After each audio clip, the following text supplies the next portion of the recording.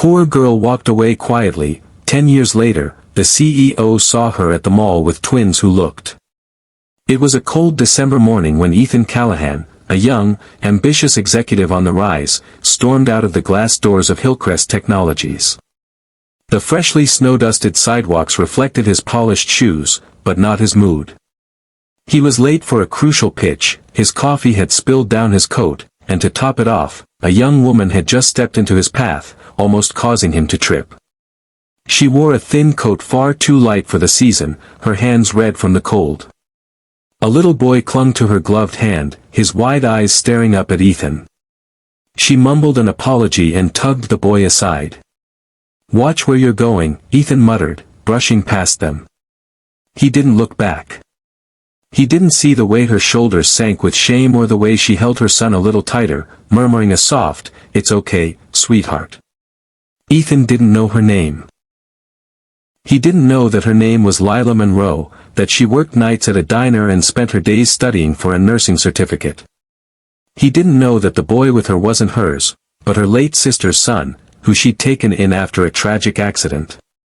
He didn't know that Lila had once been top of her class, or that she'd once dreamed of medical school before life took a cruel turn. He didn't know, because he didn't care to look. 10 years later, Ethan Callahan was no longer an ambitious executive, he was the CEO of Hillcrest Technologies. The company had expanded globally under his leadership. He had it all, wealth, power, and influence. Yet something had begun to gnaw at him in recent months, a hollow ache that not even success could fill. He had no one waiting at home.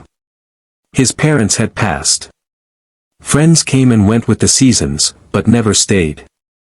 He was starting to realize that achievement without connection felt like standing alone at the top of a mountain.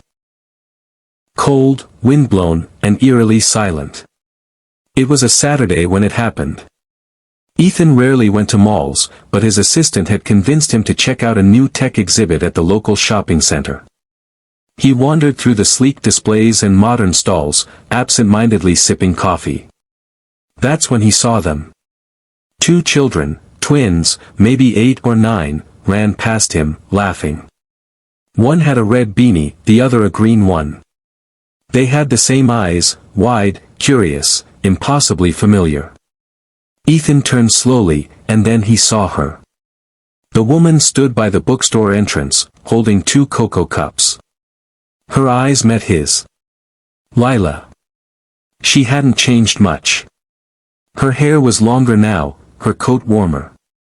The children rushed to her, and she knelt to hand them the cups, her smile soft and radiant. Ethan took a hesitant step forward, a strange pull inside him.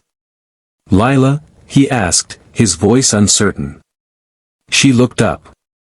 Recognition flickered in her eyes, followed by something unreadable.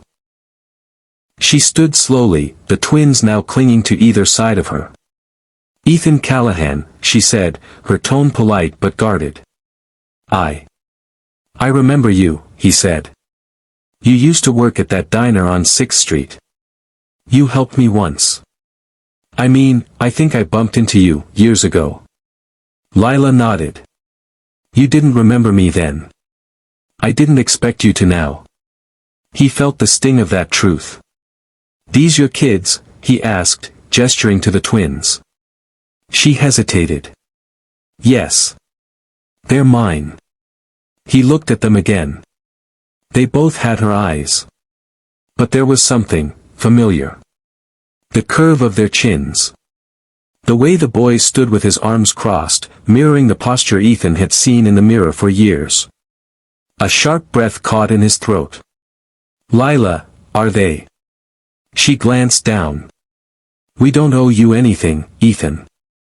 Not after the way you treated us." "I didn't know," he whispered, horrified.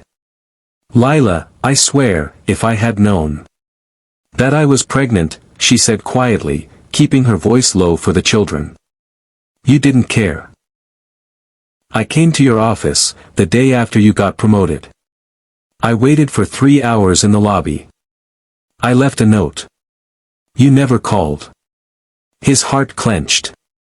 He remembered that day vaguely. The receptionist had said a girl had been waiting, but he'd brushed it off.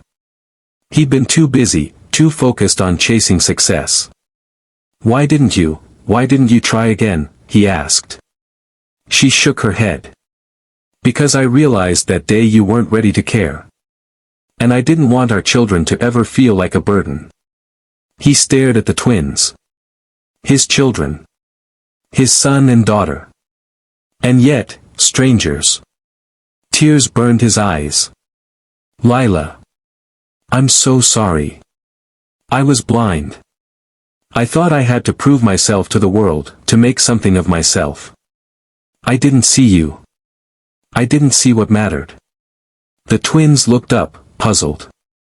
Mom? The girl asked. Lila knelt. It's okay, baby. This is Ethan. He's an old friend. The girl tilted her head. Do we know him? Lila smiled softly. You might. Ethan crouched, his heart in his throat. I don't expect anything.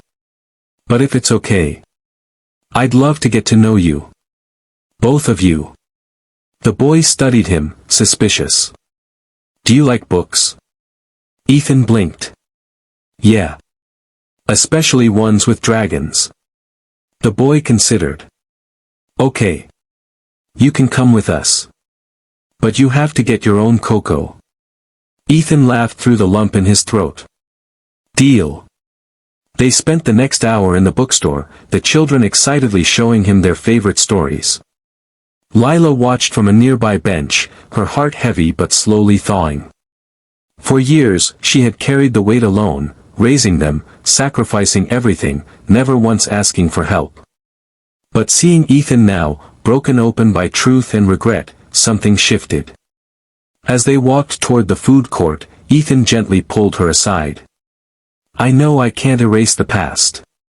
But please, let me be part of their future. Not just with money or gifts. I want to be a father. Lila studied him for a long moment. She saw the sincerity in his eyes, the way he watched the twins with awe and love. And maybe, just maybe, people could change. Start with today, she said softly. That's all I ask. He nodded. Then today is all I need. As the four of them sat down with warm pretzels and laughter echoing around them, something extraordinary happened, not with fireworks or fanfare, but in the quiet joining of what had once been broken. A man found his heart, a woman opened hers, and two children unknowingly healed the distance between regret and redemption. And in that bustling mall, amid the scent of cinnamon and the hum of life, a new story began, one stitched not with perfect pasts but with the courage to begin again. Because sometimes, the most profound miracles happen not with grand gestures, but with the quiet return of someone who chooses love over pride. And sometimes, the girl who once walked away quietly, returns with everything that truly matters.